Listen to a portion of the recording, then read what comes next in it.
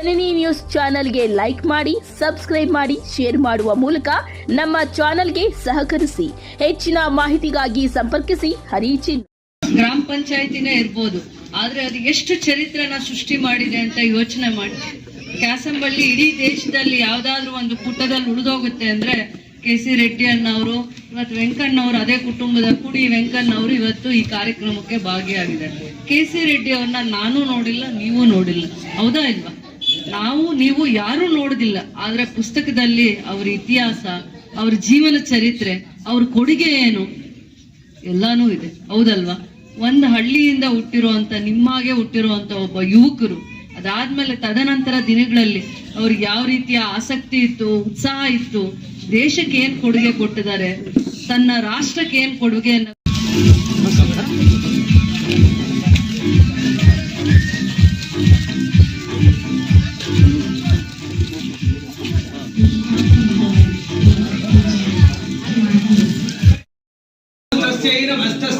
नमस्तस्यै नमो नमः।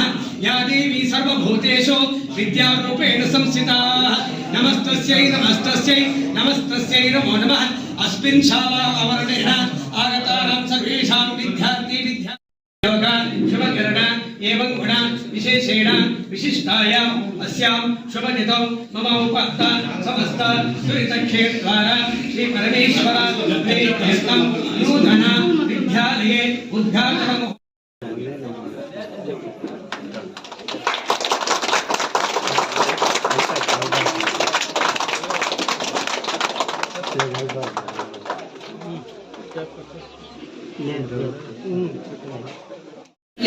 ಚೆನ್ನಾಗಿದೆ. ಬರ್ತಾರೆ ಇನ್ನು ಮೇಲೆ ಅಡ್ಮಿಷನ್ ಆಗುತ್ತೆ, ಮಾಡಿಸೋಣ. ಅದೇನಿದೆ ಪ್ರಪೋಸಲ್ಸ್ನ ರೆಡಿ ಮಾಡಿ BO ವಿಸಿಟ್ ಮಾಡಿ.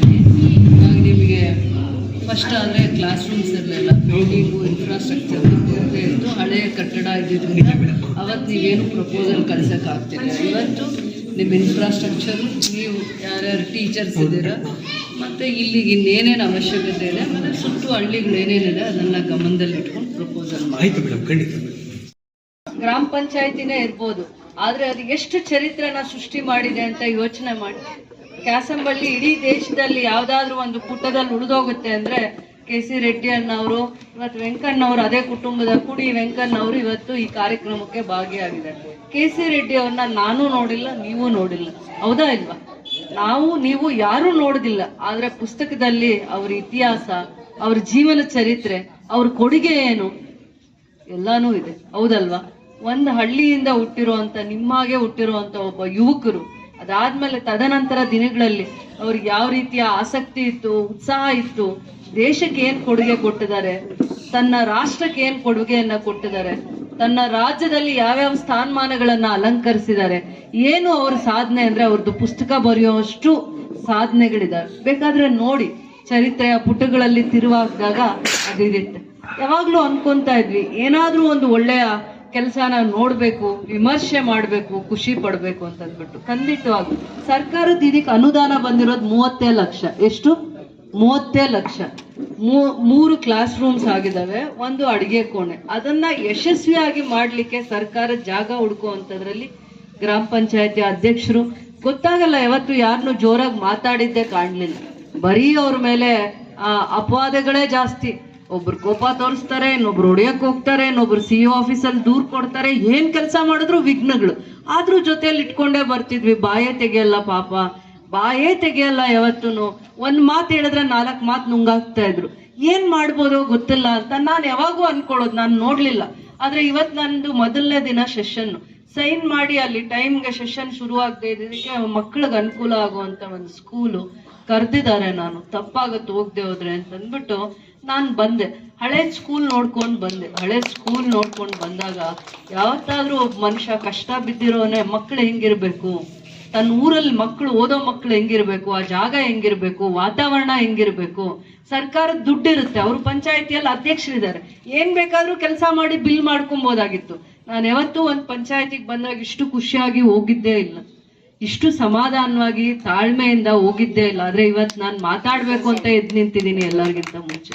ನಾನೇ ಮಾತಾಡ್ಬೇಕು ಅಂತ ಎಲ್ಲರಿಗಿಂತ ಮುಂಚೆ ಎದ್ದು ನಿಂತಿದ್ದೀನಿ.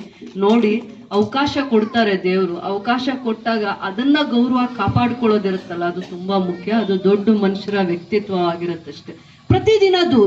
ಪ್ರತಿದಿನ ಒಂದು PDO ಯಾಕಾದ್ರೂ ಕೆಲಸ ಭಯ ಮೇಡಮ್ ನನ್ಗೆ ದೂರುಗಳು ಕೊಡ್ತಾರೆ, ಅದ್ ಕೆಲಸ ನಿಲ್ಸಿ, ಇದು ಕೆಲಸ ನಿಲ್ಸಿ. ರಶ್ಮಿ, ಇವಾಗ ನಿನಗೆ ಭಯ ಹೋಗ್ಬೇಕು. ನೀನೊಂದು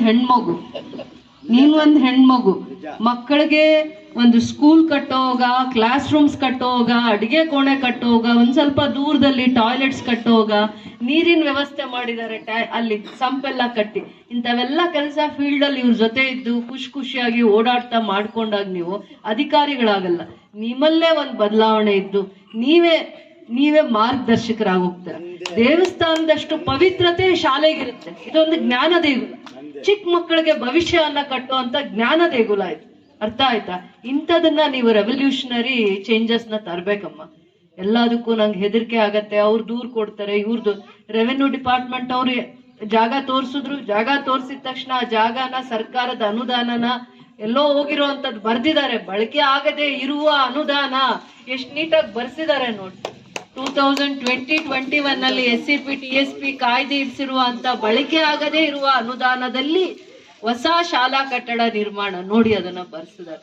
ಓದ್ಬೇಕು, ಪ್ರತಿಯೊಂದು ವಿಚಾರನ ಓದಿ ಅರ್ಥ ಮಾಡ್ಕೋಬೇಕು. ನೀವು ಬೇಕಾದ್ರೆ ಮಾಧ್ಯಮದವ್ರು ನನ್ನನ್ನು ಬಿಟ್ಟು ಅವ್ರನ್ನ ಮಾತಾಡಿ, ನನಗಿಂತ 2ನೇ ಮಾತು ಜಾಸ್ತಿ ಮಾತಾಡಿದ್ರೆ ನೀವು ನೋಡ್ಬಿಡಿ. ಬೇಕಾದ್ರೆ ಯಾವಾಗ್ಲೂ ಲಕ್ಷಣ ಕೈಯಲ್ಲಿರ್ಬೇಕು, ಮಾಡೋ ಕೆಲ್ಸದಲ್ಲಿ ಇರ್ಬೇಕು, ಜವಾಬ್ದಾರಿಯಲ್ಲಿರ್ಬೇಕು. ನನ್ಗೆ ಗೊತ್ತಿಲ್ಲ, ನನಗೆ ಯಾರಾದ್ರೂ ಇವ್ರ ತರ ಬೇರೆ ಎಲ್ಲಾ ಪಂಚಾಯತಿಯಲ್ಲಿ ತನ್ನೆಲ್ಲಾ ತಲೆನೋವು ಬಿಟ್ಬಿಟ್ಟು ಬಿಲ್ ಆಗಿಲ್ಲ, NREGL ಅದಾಗಿಲ್ಲ, ಇದಾಗಿಲ್ಲ, ತಮ್ ಕೊಡ್ಲಿಲ್ಲ, ಅವ್ರು ಬರ್ಲಿಲ್ಲ, ಸೆಕ್ರೆಟರಿ ಬರ್ಲಿಲ್ಲ, ಇವೆಲ್ಲ ಬಿಟ್ಬಿಟ್ಟು ಒಂದ್ ಸ್ಕೂಲ್ಗೆ ಹೋಗಿ ಸರ್ಕಾರದ್ದು ನಮ್ದು 20 ಲಕ್ಷ ತಗೊಂಡು ಅವ್ರ ಜೊತೆಯಲ್ಲಿ ಕಾಂಪೌಂಡ್ ಹಾಕಿದ್ದಾರೆ.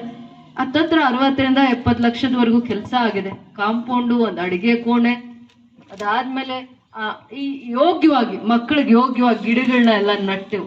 ಇಷ್ಟೆಲ್ಲ ಒಂದು ಆಲೋಚನೆ ಇದೆಯಲ್ಲ, ದೇವಸ್ಥಾನ ಬಿಟ್ರೆ ಇದಕ್ಕೆ ಜಾಸ್ತಿ ಪವಿತ್ರತೆ. ನಾನು ಹೇಳ್ತೀನಿ, ದೇವಸ್ಥಾನನು ಮತ್ತೆ ವಿದ್ಯೆ ಕಲಿಸ್ತಾರೆ.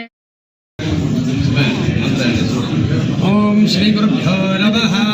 ಹರಿ ಓಂ. ಗುರು ಬ್ರಹ್ಮ ಗುರು ವಿಷ್ಣು ಗುರುದೇವೋ ಮಹೇಶ್ವರ ಗುರು ಸಾಕ್ಷಾತ್ ಪರಬ್ರಹ್ಮ ತಸ್ಮೈ ಶ್ರೀ ಗುರವೇ ನಮಃ. ಹರಿ ಓಂ.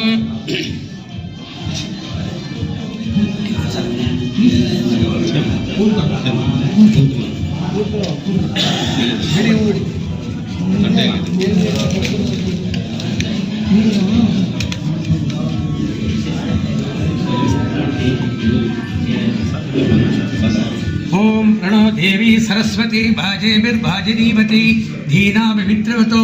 ಓಂ ವಾಗ್ದೇವ್ಯೈ ನಮಃ. ಓಂ ಗಣಾನಾನ್ತ್ವಾ ಗಣಪತಿಗುಂ ಭವಾಮಹೇ ಕವಿಂ ಕವೀನಾಮುಪಶ್ರವಸ್ತವಂ ಜ್ಯೇಷ್ಠರಾಜಂ ಬ್ರಹ್ಮಣಾನ್ ಬ್ರಹ್ಮಣಸ್ಪದ ಆನಶೃಣ್ವನ್ನೋತಿಭಿಃ ಸೇದಸಾದನಂ ಶ್ರೀಮನ್ಮಹಾಗಣಾಧಿಪತಯೇ ನಮಃ.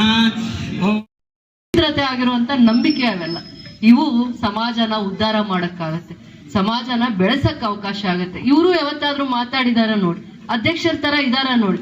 ಈಗ ಒಂದ್ ಅರ್ಧ ಗಂಟೆ ಬಿಟ್ರೆ ಬೇರೆ ಬಟ್ಟೆ ಚೇಂಜ್ ಮಾಡ್ಕೊಂಡು ಅವ್ರು ಹೋಗಿ ಅವ್ರ ತೋಟದಲ್ಲಿ ಕೆಲಸ ಮಾಡ್ತಾ ಇರ್ತಾರೆ. ಇನ್ನೊಂದು ಅರ್ಧ ಗಂಟೆ ಮೇಲೆ ಈ ತರ ಇರ್ತಾರ ನೋಡಿ. ಇದು ಅವ್ರಿಗಿರುವಂತ ಲಕ್ಷಣ. ಇದನ್ನ ನಾವು ಅರ್ಥ ಮಾಡ್ಕೋಬೇಕು. ನೀವು ಊರವ್ರು ತುಂಬಾ ಅದೃಷ್ಟವಂತರು. ನಾನು ಇಷ್ಟೇ ಹೇಳ್ತೀನಿ, ಅವ್ರಿಗೆ ಅವಕಾಶ ಸಿಗ್ತಾ ಇಲ್ವಾ, ಚೇರ್ಮನ್ ಹೆಂಗಾದ್ರು, ಊರಲ್ಲಿ ಏನೆಲ್ಲ ಗಲಾಟೆಗಳು ಎಲ್ಲ 1 ನಿಮಿಷ ಪಕ್ಕಕ್ಕೆ ಇಟ್ಬಿಟ್ಟು ಯೋಚನೆ ಮಾಡಿ. ಗೌರ್ಮೆಂಟ್ ದುಡ್ಡು 25 ಲಕ್ಷ ಇಲ್ಲ 30 ಲಕ್ಷ ಬಂದಿದೆ. ಜೊತೆಯಲ್ಲಿ ಪಂಚಾಯಿತಿಯಲ್ಲಿ ಕೆಲಸ ಮಾಡಕ್ ಬಿಡಲ್ಲ, ಇದೇ ಊರವರೇ ಕೊಟ್ಟಿರೋ ಕಂಪ್ಲೇಂಟ್ ನ 10 ಸತಿ ಕೊಡ್ತಾರೆ, 10 ಸತಿ ಓಡಾಡಿಸ್ತಾರೆ. ಅವ್ರಿಗೆ ಎಷ್ಟು ಸತಿ ಇನ್ಸಲ್ಟ್ ಮಾಡಿದಾರೆ. ಅವ್ರ ಮನೆ ಮುಂದೆ ರೋಡ್ ಹಾಕೊಬೋದಾಗಿತ್ತು, ಅವ್ರ ಮನೆ ಮುಂದೆ ಕೆಲಸ ಮಾಡ್ಕೊಬೋದಾಗಿತ್ತು, ಅವ್ರಿಗೆ ಬೇಕಾಗಿರೋರಿಗೆ ಕೆಲಸ ಮಾಡ್ಬೋದಾಗಿತ್ತು. ಏನೂ ತಿಳುವಳಿಕೆ ಇಲ್ಲದೆ ಇರೋಂತ ಮಕ್ಕಳಿಗೆ, ಜ್ಞಾನ ಇಲ್ಲದೆ ಇರೋ ಮಕ್ಕಳಿಗೆ ಒಂದು ಜ್ಞಾನ ದೇಗುಲವನ್ನ ಕಟ್ಟಿದ್ದಾರೆ. ಇದ್ರ ಮೇಲೆ ನಾನು ಏನು ಹೇಳಕ್ ಇಷ್ಟಪಡಲ್ಲ. ಊರಲ್ಲಿ ಬಂದಿರೋಂಥ ದೊಡ್ಡವರು ಅವ್ರನ್ನ ಆಶೀರ್ವಾದ ಮಾಡಿ ಮಕ್ಕಳಿಗಿಂತ ಒಳ್ಳೆ ವಾತಾವರಣ. ಎಷ್ಟೊಂದು ಊರುಗಳಲ್ಲಿ ಜಾಗ ಕೊಡಲ್ಲ, ಮಕ್ಕಳಿಗೆ ಸ್ಕೂಲ್ ಇಲ್ಲ ಅಂತ ಗಲಾಟೆ ಮಾಡ್ತಾರೆ, ಇನ್ನೊಂದಿಲ್ಲ ಅಂತ ಗಲಾಟೆ ಮಾಡ್ತಾರೆ. ಸರ್ಕಾರ ಜಾಗ ಹುಡುಕ್ಸಿ, ಪ್ರಕಾಶ್ ಅಣ್ಣನೂ ನಾನು ಹೇಳ್ದೆ ಹೋದ್ರೆ ತಪ್ಪಾಗುತ್ತೆ. ಪ್ರಕಾಶ್ ಅಣ್ಣ ಕೂಡ ಎಲ್ಲಾದ್ರೂ ಒಂದು ಕೆಲಸ ಆಗ್ಬೇಕು ಅಂತಂದ್ರೆ ಜೊತೆಯಲ್ಲಿ ಬಂದು 10 ಸತಿ ಅದನ್ನ ಪ್ರಯತ್ನ ಮಾಡಿ ಮಾಡಿ ನಮ್ಮನ್ನ ಓಡಾಡಿ ಪ್ರಯತ್ನನೂ ಮಾಡ್ತಾರೆ, ಒತ್ತಾಯ ಮಾಡ್ತಾರೆ ಆಗ್ಬೇಕು ಅಂತ. ಇವೆಲ್ಲ ಯಾರಿಗೆ ಅಂದ್ರೆ ಕಳಕಳಿ ಇರ್ಬೇಕು, ಒಳ್ಳೆ ಆಲೋಚನೆಗಳಿರ್ಬೇಕು, ಅವರಿಂದ ಮಾತ್ರ ಇಂಥ ಕೆಲಸಗಳಾಗತ್ತೆ.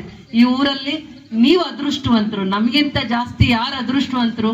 ಒಂದ್ ಶಾಲಾ ಕಟ್ಟಡ ಕಟ್ಸ್ಕೊಂಡಿರೋಂಥವ್ರು, ರಸ್ತೆ ಮಾಡಿಸ್ಕೊಂಡಿರೋಂಥವ್ರು, ಇನ್ನೂ ಬರುವಂತ ದಿನಗಳಲ್ಲಿ ಇನ್ನೂ ಏನೇನೋ ಲಿಸ್ಟ್ ಇಟ್ಟಿದ್ದಾರೆ, ಬೇಡಿಕೆಗಳು ಇಟ್ಟಿದ್ದಾರೆ. ಎಲ್ಲ ಮಾಡಿಲ್ಲ ನಾನು, ಎಲ್ಲ ಮಾಡಿಸ್ಕೊಳ್ಳೋರ್ಗು ಅವರು ಬಿಡಲ್ಲ. ಆ ತರ ಕಳಕಳಿ ಇರಬೇಕು, ಒಂದು ವಿಚಾರದ ಬಗ್ಗೆ, ಸಮಸ್ಯೆ ಬಗ್ಗೆ, ಆಲೋಚನೆಗಳ ಬಗ್ಗೆ ಕಳಕಳಿ ಇರುವಂತವ್ರು ಮಾತ್ರ ಇಂಥ ಕೆಲಸ ಮಾಡ್ತಾರೆ. ಬೇರೆ ಏನು ಹೇಳಕ್ ನಂಗೆ ಮನ್ಸಲ್ಲ.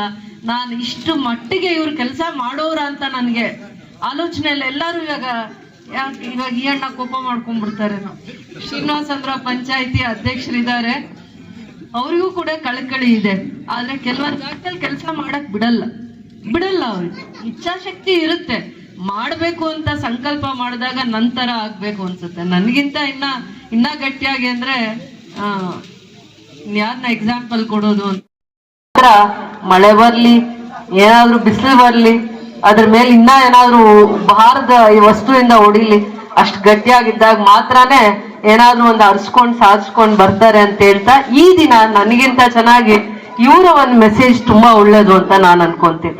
ಈ ಕುಟುಂಬದವರು ಅವ್ರು ನಡೆದು ಬಂದ ದಾರಿ ದೇಶಕ್ಕೆ, ಸಮಾಜಕ್ಕೆ, ಅದರ ಜೊತೆಯಲ್ಲಿ ರಾಜ್ಯಕ್ಕೆ ವಿಶೇಷವಾಗಿರೋ ಕೊಡುಗೆಯನ್ನ ಕೊಟ್ಟಿರುವಂತ ಕುಟುಂಬ.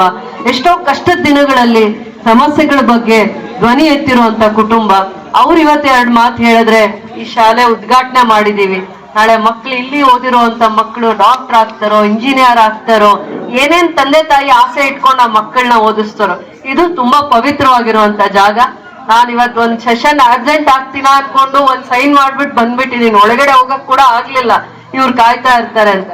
ಆದ್ರೆ ಇವತ್ತು ದೊಡ್ಡವರು ನಾವು ಇವ್ರ ನೆರಳಲ್ಲಿ ಬೆಳೆಯುವಂತವ್ರು. ಅದ್ರ ಜೊತೆಲಿ ಆಮು ಅಣ್ಣ ತುಂಬಾ ಸಾವಿರಾರು ಮಕ್ಕಳಿಗೆ ವಿದ್ಯಾಸಂಸ್ಥೆಯಲ್ಲಿ ವಿದ್ಯಾನು ಅಂದ್ರೆ ಅವ್ರ ಸ್ಕೂಲ್ ಇದೆ, ಕಾಲೇಜ್ ಇದೆ, ಏನೇನೋ ಡಿಗ್ರಿಗಳು ಇದಾವೆ. ಇನ್ನ ಲೆಕ್ಕ ಹಾಕಕ್ ಹೋದ್ರೆ ಅದೇನೋ ನಾನು ಇನ್ವಿಟೇಷನ್ ಅಲ್ಲಿ ನೋಡಿದ್ರೆ ಏನೇನಿದೆ ಅಂತ ಗೊತ್ತೇ ಇಲ್ಲ. ಅಂದ್ರೆ ಅವ್ರಿಗೆ ಒಂದು ವಿದ್ಯಾಸಂಸ್ಥೆಗಳನ್ನ ಕಟ್ಟೋದ್ರಲ್ಲಿ, ಬೆಳೆಸೋದ್ರಲ್ಲಿ ಆಸಕ್ತಿ ಇದೆ ಅನ್ನೋಂಥದ್ದು ಕಾಣಿಸುತ್ತೆ. ದೇವ್ರ ಕೆಲಸದ ಜೊತೆಯಲ್ಲಿ ಬಡವ್ರು ಯಾರಾದ್ರೂ ಬಂದ್ರೆ ಎಷ್ಟಾಗತ್ತೆ ಅಷ್ಟು ಅವ್ರಿಗೆ ಶಕ್ತಿ ಮೀರಿ ಮಕ್ಕಳನ್ನ ಓದಿಸೋದು, ಫೀಸ್ ಕಟ್ಟೋದು, ಆತರ ಒಬ್ಬೊಬ್ರಲ್ಲಿ ಒಂದೊಂದು ಗುಣ ಇದೆ. ತಿಳ್ಕೊಳ್ಳೋ ಅಂತ ಗುಣ, ಗೌರವಿಸೋ ಅಂತ ಗುಣ, ಅವ್ರ ಜೊತೆ ನಾವು ಇರ್ಬೇಕಪ್ಪ ಅನ್ನೋಂಥ ಗುಣಗಳು ಒಬ್ಬೊಬ್ರಲ್ಲಿ ಇದೆ ಅಂತ ಹೇಳ್ತಾ, ಅದಕ್ಕೆ ಹೇಳಿದ್ ನೀವು ಪೇಪರ್ ಓದ್ಬೇಡಿ. ಜನನಿ ನ್ಯೂಸ್ಗೆ ಸ್ವಾಗತ. ಈ ಒಂದು ಮಾಹಿತಿ ನಿಮಗೆ ಇಷ್ಟ ಆದಲ್ಲಿ ದಯವಿಟ್ಟು ಲೈಕ್ ಮಾಡಿ, ಶೇರ್ ಮಾಡಿ, ಕಾಮೆಂಟ್ ಮಾಡಿ ತಿಳಿಸಿ. ಮುಂದಿನ ವಿಡಿಯೋ ನೋಟಿಫಿಕೇಶನ್ ನಿಮಗೆ ಬರಬೇಕು ಅಂದ್ರೆ ಬೆಲ್ ಬಟನ್ ಅನ್ನ ಕ್ಲಿಕ್ ಮಾಡಿ.